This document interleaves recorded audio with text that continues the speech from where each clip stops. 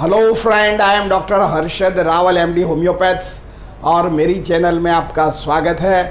मित्रों, आज का वीडियो जो है ये जो हमारा हेयर का जो स्किन है और इसमें होता है जनरली जब वेट वेदर होता है, ह्यूमिड वेदर होता है, रेनी सीजन होता है, तब हमारा जो बालों में छोटी फुंसी आ जाती है उसको सीबेसियस डर्मेटाइटिस बोलते हैं।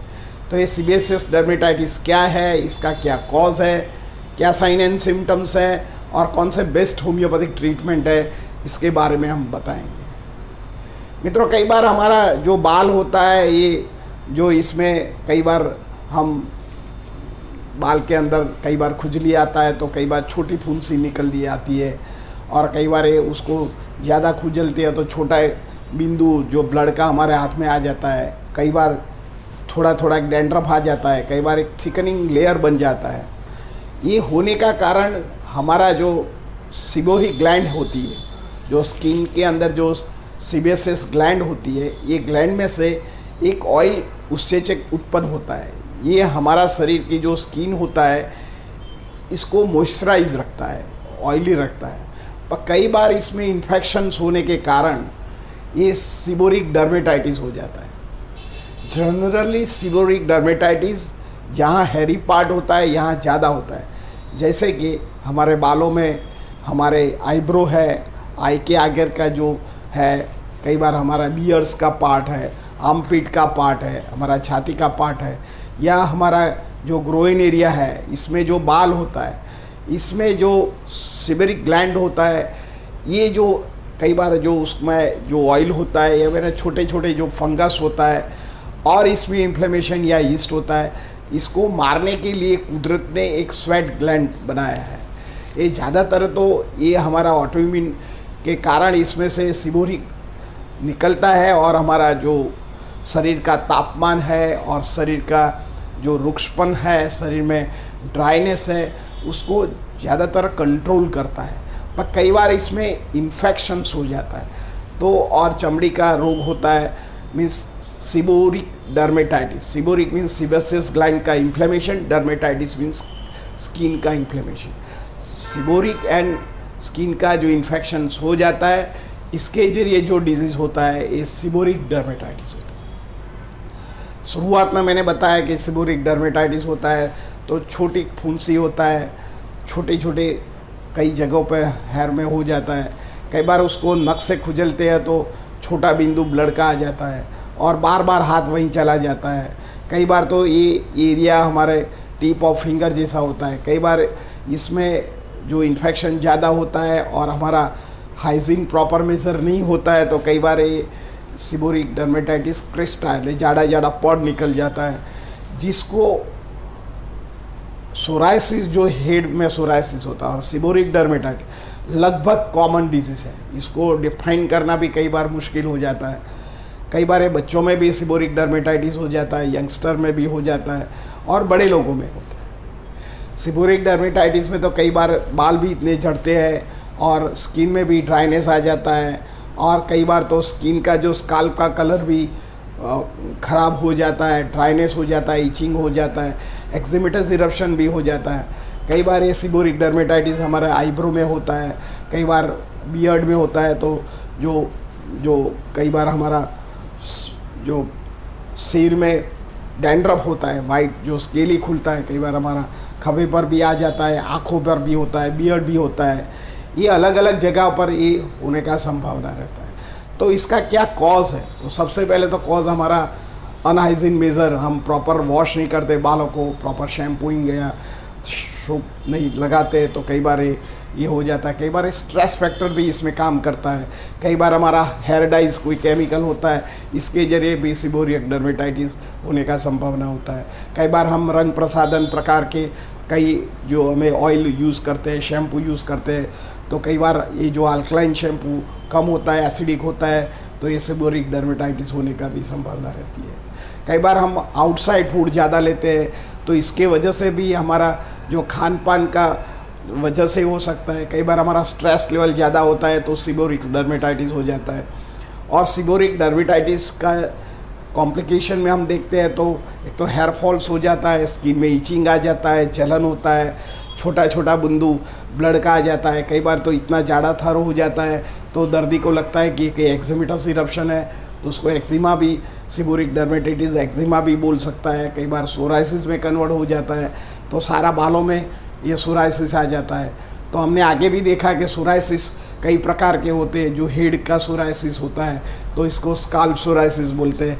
एक्सटेंसिव टाइप ऑफ सोराइसिस होता है, तो ये हमारा सारा शरीर में होता है। शुरुआत में हमको जॉइंट से शुरू होता है, तो ये जॉइंट में ज़्यादा होता है, धीरे धीरे ये इतना बड़ापन हो जाता है कि सारा शरीर में कवर हो जाता है। कई बार नेल में सोराइसिस होता है, तो हमारे जो नाखून में भी सोराइसिस होता है, क्रैकनेस होता है, और जो नेल की जो सरफेस होता है ये रफ़ होती है और इसके ज़रिए भी हमको नेल सोराइसिस हो जाता है। कई बार palm and sole variety type of psoriasis होता है, तो हम ये अकेला हाथ और पैर में सोराइसिस होता है। कई बार सीजनल सोराइसिस हो जाता है। तो मैंने 35 साल में प्रैक्टिस की, मेरी जो करियर है इसमें कई पेशेंट सोराइसिस 10,000 से भी ज़्यादा सोराइसिस मिटाया है, और 3500 जितना हमने जो सीबोरिक डर्मेटाइटिस पेशेंट को 100% क्योर किया है। और ये दवा की कोई साइड इफ़ेक्ट नहीं है, इसमें कोई स्टीरॉयड जन्य कोई दवा नहीं होती है, ये प्योरली होम्योपैथिक मेडिसिन होती है। ये शरीर को कोई गर्मी उत्पन्न करती नहीं है, कोई गर्म पड़ती है नहीं है, आपका कोई एसिड लेवल बढ़ा नहीं लेती है, पेशाब में कोई जलन नहीं करती है। ये ठंडक दवा है, और हमारा जो शरीर को उसका जो उष्णतामान चाहिए, और जो हमारा खून में जो खराबी हो गई है उसको खून को वॉश करके हमारा जो स्किन को हेल्दीपन लाता है, और हमारा जो स्किन में निखारपन आ जाता है। शुरुआत में आपको लगता है कि इसमें टाइम जाता है, पर ऐसी बात नहीं है। कई बार सोराइसिस वाले पेशेंट होते हैं और एक्जिमेटस टाइप इरप्शन वाले जो पेशेंट होता है और सीबोरिक डर्मेटाइटिस सालों से दवा लेते हैं, एप्लीकेशन करते हैं, इंजेक्शन करते हैं, स्टीरॉयड जन्य हाइड्रोकॉर्टिजोन वाली दवा यूज़ करते हैं, तो सालों साल चलता है। पेशेंट हमारे पास आता है तब जो स्किन की सेंसिटिविटी तो चली जाती है, बाद में उसका हाई एक्सपेक्टेशन होता है।